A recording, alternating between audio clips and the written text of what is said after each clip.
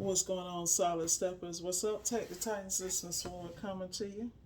I'm touching bases because I was having a aha moment, right? And I figured I would share that with you guys because, a lot of times I'm always moving, so I don't have the opportunity to share or have conversations regarding, just progress.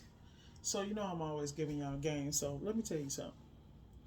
Number one thing you need to recognize in business is be prepared for people to come to you with open, with looking for handouts and open hands, talking about they want to help, but they ain't bringing the talent, they ain't bringing the work ethic or the skill to the table. Peep that early. So, prime example. Um, I had an opportunity to come out here, had several jobs to knock out. Tomorrow we'll be able to wrap up all the remaining jobs. And I came out here with one of my roundtable members. Shout out to David from Daybreak. And we really knocked all these jobs out. And working with him, I realized, see, this is why you got to have a roundtable. I realized how much dead weight I was carrying, how many people I was babysitting and paying for them and paying them to babysit them. And it's nothing wrong, but the key is then you just cut them. I mean, the thing y'all got to learn how to learn at this point in the game is to cut people off who bring no value to the table. They sit there, they admire you, they pat you on the back, they got their own ideas and speculation, but they sitting in that same damn spot where you met their ass at. They not moving forward, they just letting time pass by. No improvements, no expansion, no investment in 10,000 hours of mastery because they're all comfortable and complacent. Don't be them, okay? So realize that people are going to show up. Like, prime example, when I do this type of stuff, I take care of all the expenses because that's what corporate people do. We take care of the flight, we take care of the vehicles, we take care of the gas, we take care of the travel because we understand business. We understand we keep our receipts and everything in order. Everything needs to be a write-off. Now, this is the other part, though. You have to have a counterpart that you're working with so that when you're going into these ventures, it's going to be profitable because they're not going to make dumbass mistakes.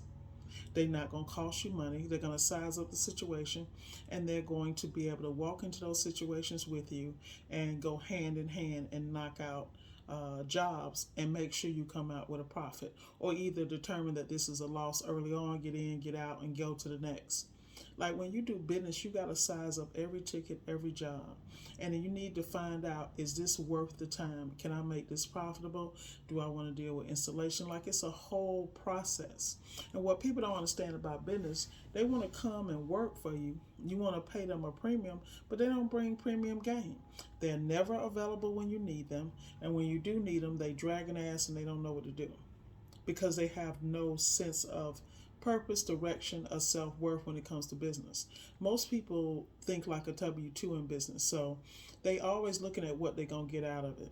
And what they don't understand, they don't deal with the long-term options. See, in every situation, you should be having a long-term view.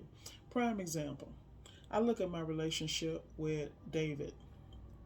We always discuss long-term views.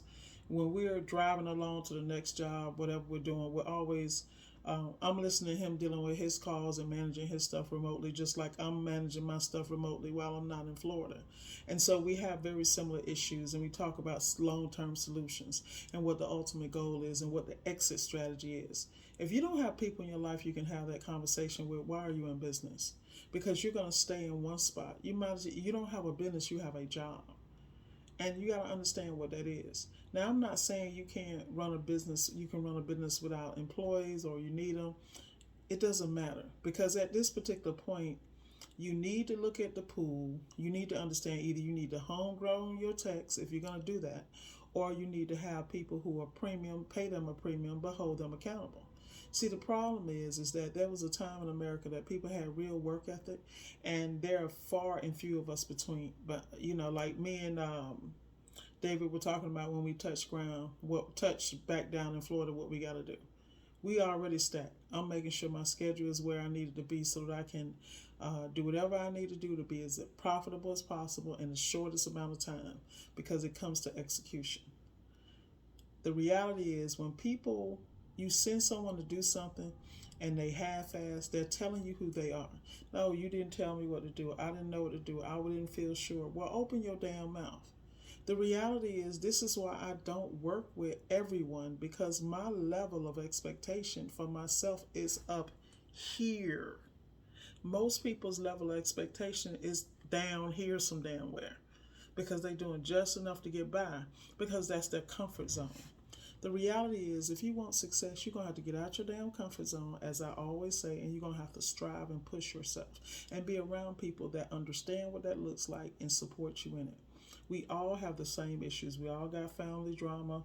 We all got this going on. We always got other distractions. But the key is, can you deal with the distractions and get where you need to go? Or do you know how to eliminate them damn distractions and focus on you? And make sure you're the best possible person, the best possible business owner, boss, whatever you want to be. But the reality is, cut them off. If people show up with their hands out and they ain't bringing nothing to the table, they can't pay for nothing, they thinking they finna get a free ride out. Like, for instance, I get here to Cleveland, locked in my rental vehicles, had everything in order. I get here, there are no vehicles. Like, literally none. Because I guess there's some type of event going on. And they're not talking, and when I'm at the airport, they're talking about they're not going to have vehicles to damn Friday. But because I got that swag, I got that, 2020, 2 Jeep, and we rolled out. At the end of the day, it's never a problem. It's always a solution. But most people look at stuff as problems, and it's an opportunity for you to step up and have solutions. And I was with somebody who thought like that, so it was no pressure. You feel me? Like, I don't understand how people sit in one place and don't believe or attempt to be successful. It makes no sense to me. That's why I don't have time. This is why I talk to very few people, because my plans and goals are so expansive, and they're that way for a reason, because I'm not going to sit still and be regular. Y'all can do that shit, but I ain't doing it. And I'm not going to be around people who do. So, if you don't hear from me, don't take it personal. Look in the mirror. Work on you. Get your stuff together. But I'm so tired of dealing with people who, I can do this, and ain't did nothing. Ain't got no examples of nothing. Everything they doing is a joke. It's hilarious to me. Just explain to me, how can I come to a state in 3 days, zigzag this state, get all my jobs and everything caught up and everything in order, and people who can't, they want to cry about going, 20, 30 minutes down the road. That's crazy to me. But you also got to understand, everybody don't want it. They're comfortable in their little squalor. Leave their ass down. I keep telling y'all that. Cut them off. Like, I'm telling you, people be talking on the phone, like, click. It ain't nothing personal. It's just, we're not talking about nothing. You're not bringing nothing to the table. And you wasting my time, my breath, and my energy, man. Because people don't understand. They talking about a recession coming. You in a recession, and for some people it's gonna get worse. But then there are those of us that's gonna be phenomenal, because we got things in place. We're making sure our money's working harder than us, and we're stacking, because that's what we got to do. I suggest you do the same, man. But like I said, cut off the losers, man. It's people that's going to show up in your life who all they bring is talk. They supposed to have a certain skill set. They don't have that. They've only worked for people their whole life, so they really don't know how to run a business. They don't understand. They don't have your mindset, because they so busy trying to worry about how they're going to rob Peter to pay Paul, instead of putting things in place so every asset they have, that all their assets pay for their liabilities, making long-term decisions so they're not struggling. Yeah, but people don't think like that. And I only deal with people who do. But that's my little rant for the night.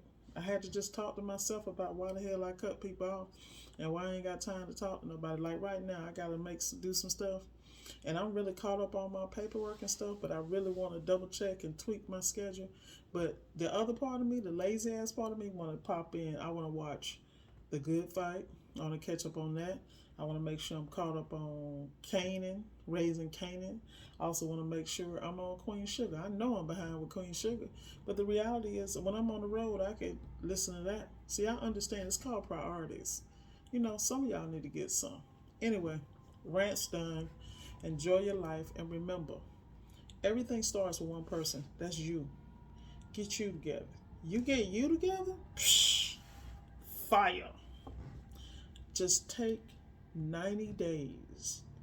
One day at a time. Before you know it, it's 30 days. Then before next thing you know, it's 60 days. Then next thing you know, it's 90 days. Then it's 6 months. Then it's a year. And you don't even recognize yourself. You don't recognize your circle. You don't recognize your swag because you took the time to sit still with you and get you together. That's my advice to you. Cut their ass off and focus on you. Good night, people. Be blessed. Where am I at in Ohio? Oh, yeah. Wadsworth? Something. Damn. That's bad when I don't know where I am. But it's like Wadworth. I'm saying it wrong. But anyway, my customer's telling me to go to the Rock and Roll Hall of Fame. So maybe we'll have time. Who knows? But I'm here. I was in Medina earlier. I was in Youngstown, Ohio, and somewhere. I can't even keep up with this shit. But that's the life I live. Be blessed, y'all. Holla. And remember, cut them off. They ain't bringing nothing to the table. Why are you wasting your time? And you know you're wasting your time.